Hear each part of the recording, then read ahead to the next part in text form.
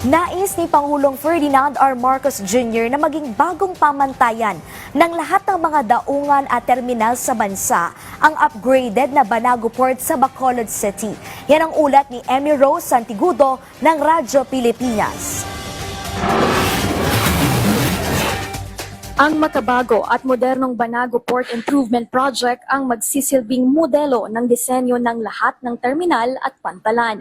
Inihayag ito ni Pangulong Ferdinand R. Marcos Jr. matapos niyang pangunahan ng inspeksyon sa Banago Port para matiyak ang mas maayos, ligtas at modernong serbisyo para sa mga pasahero at cargo. And the reason it's important to have a standard design so that ang tao, ang pasahero, kahit saan sumasakay, saan bumababa, alam nila kung saan bibili ng ticket, alam saan mag-aantay, saan papasok, saan sila dadaan, all of that. Dahil sa pagpapaganda sa Banago Port, kaya na nitong ma-accommodate ng 500 pasahero mula sa 50 lamang. Mayroon na rin itong mga bagong pasilidad tulad ng makabagong Operation Center para sa mga pasahero. Mas malawak na causeway para sa mas maayos at mabilis na mobility na daloy ng mga sasakyan at ang covered walkway na magbibigay ng proteksyon sa mga pasahero mula sa ulan man o matinding sikat ng araw.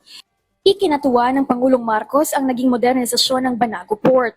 Aniya mas malinis at well-maintained na ito kung saan mararanasan ng mga Pilipino ang mas komportableng biyahe at transportasyon. That's what we have done here. This is now going to be the standard design for our terminals, for our ports around the country.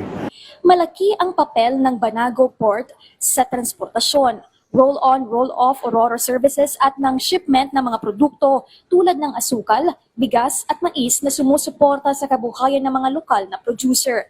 Dahil sa pinagandang Banago Port, inaasahang lalakas pa ang ekonomiya sa buong Negros Occidental at magdudulot ng magandang epekto sa shipping, transportasyon, turismo at iba pang sektor sa probinsya. Mula sa Bacolod City para sa Integrated State Media, Emmy Rose Santigudo ng Radyo Pilipinas, Radyo Publiko.